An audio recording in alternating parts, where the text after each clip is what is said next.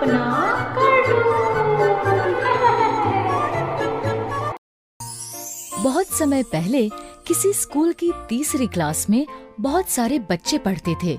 उसी क्लास में अंश और वंशिका नाम के दो दोस्त भी पढ़ते थे। उन दोनों को ही टीवी देखना बहुत अच्छा लगता था।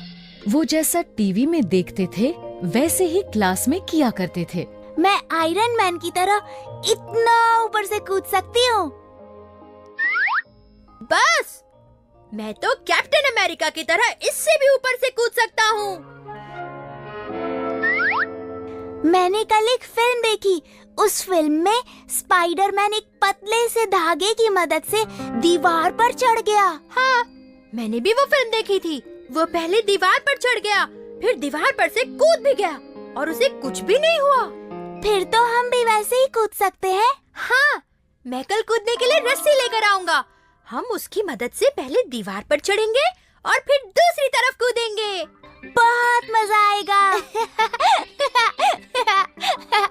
अगली सुबह वंश ने घर से निकलने से पहले अपने स्कूल बैग में एक पतली सी रस्सी रखी और वो स्कूल के लिए निकल गया।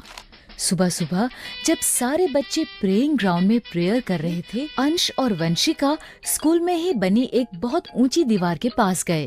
पहले हमें इस रस्सी को ऊपर से बांधना होगा।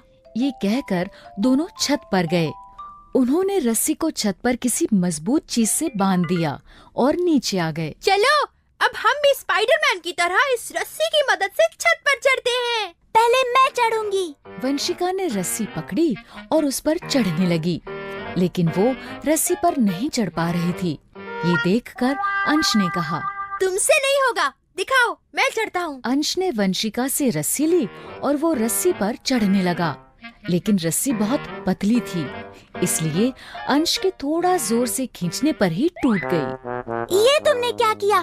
तुमने रस्सी तोड़ दी। कोई बात नहीं, हम स्पाइडरमैन की तरह ऊपर नहीं चढ़ सकते तो क्या हुआ, उसकी तरह ऊपर से कूद तो सकते हैं। हाँ। अब वो दोनों स्पाइडरमैन की तरह कूदने के लिए ऊपर छत पर गए। चलो, अब एक साथ कूदते हैं। ये कहकर वो कूदने के लिए आगे बढ़े। तभी दूर से उनकी टीचर ने उन्हें देख लिया। टीचर उन्हें रोकते हुए चिल्लाकर बोली, अंश, वंशिका, दीवार से पीछे हटो। टीचर के ऐसा कहने पर वो दोनों पीछे हट गए। टीचर उनके पास आई और बोली, ये तुम क्या कर रहे थे? हम स्पाइडरमैन की तरह छत से कूद रहे थे। हाँ, हमने टीवी में देखा था, स्पाइडरमैन ऊपर से कूद गया और उसे कुछ भी नहीं हुआ। इस पर टीचर ने उन्हें समझाते हुए कहा, हाँ, पर बच्चों, वो टीवी में था और टीवी में हर चीज असली नहीं होती। वो सब बनावटी और नकली होता है, जिसे सिर्फ एंटरटेनमेंट के लिए बनाया जाता है। इसलिए हमें कभी भी टीवी में दिखाई जाने वाली चीजों की नकल नहीं करनी चाहिए। टीचर के ऐसा समझाने पर बच्चे समझ गए। सॉरी टीचर, हम आपकी बात समझ गए। अब हम कभी टीवी की नकल नहीं करेंगे। इस तरह अंश और वंशिका टीवी की सच्चाई समझ गए और फिर उन्होंने कभी टीवी की नकल नहीं की। तो बच्चों, इस कहानी से हमें ये शिक्षा मिलती है कि टीवी में जो भी दिखाया जाता है वो सिर्फ हमारे एंटरटेनमेंट के लिए होता है।